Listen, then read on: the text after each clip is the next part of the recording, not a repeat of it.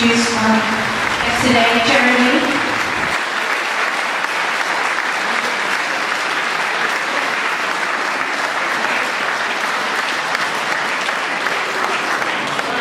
Austerity was the creation of the bankers, but the victims had to pay the price of it. Hence we've had 5 years of cuts in benefit, frozen wages, losses of jobs, increases in zero-hours contracts, desperate levels of poverty, demonisation of those people on benefits, and many who are facing mental health problems and other disabilities have been approved as fit for work when they clearly are not, and sadly have even taken their own lives. We are living in an increasingly brutalised and unfair society. Labour must, can, and I believe will, be able to offer something different, something better, something really optimistic and something really hopeful by challenging that whole economic narrative of economic orthodoxy which impoverishes the poorest and enriches the richest. That surely is a price.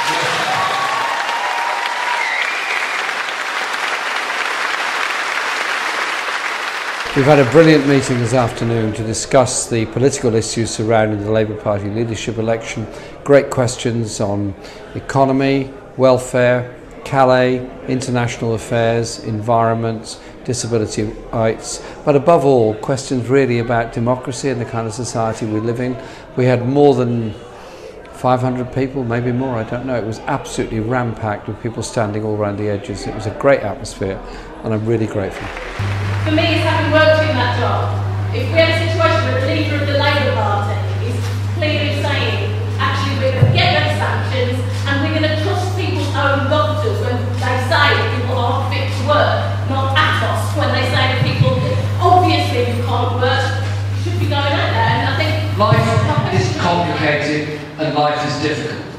But is it right that we live in a society where there is so much poverty, where there are so many people that are facing a daily disaster when they are told they're fit for work when they're not, when they take their own life out of desperation because of that? We're all going to be old one day. We're all going to need a health service. We're all going to need adult social care. We all know somebody that may be suffering from mental health crises and they need health and support. We're all an accident away from needing a great deal of support in order to survive. I think you have to be bold enough to say that those with the deepest pockets and the biggest bank balances could and should pay a little bit more. We've had now 21 public hustings, mainly organised by the Labour Party, some by media operations, and this is, I think, the 42nd public meeting I've done in the past 5 weeks or so, and they're getting bigger and bigger. Last night we had 1,500 in Liverpool, today here, early this afternoon in Coventry, and yesterday morning in Preston. We're just getting a huge turnout, and it is about people wanting democracy, wanting their chance to have a say, but above all wanting a Labour Party and the Labour movement that represents their aspirations and challenges the whole politics of the austerity agenda. We've already won because people are talking about politics, people are talking about an alternative, people are talking about ensuring the Labour Party represents them and their aspirations. And so whatever the actual result on September the 12th, there's been a change in politics in this country.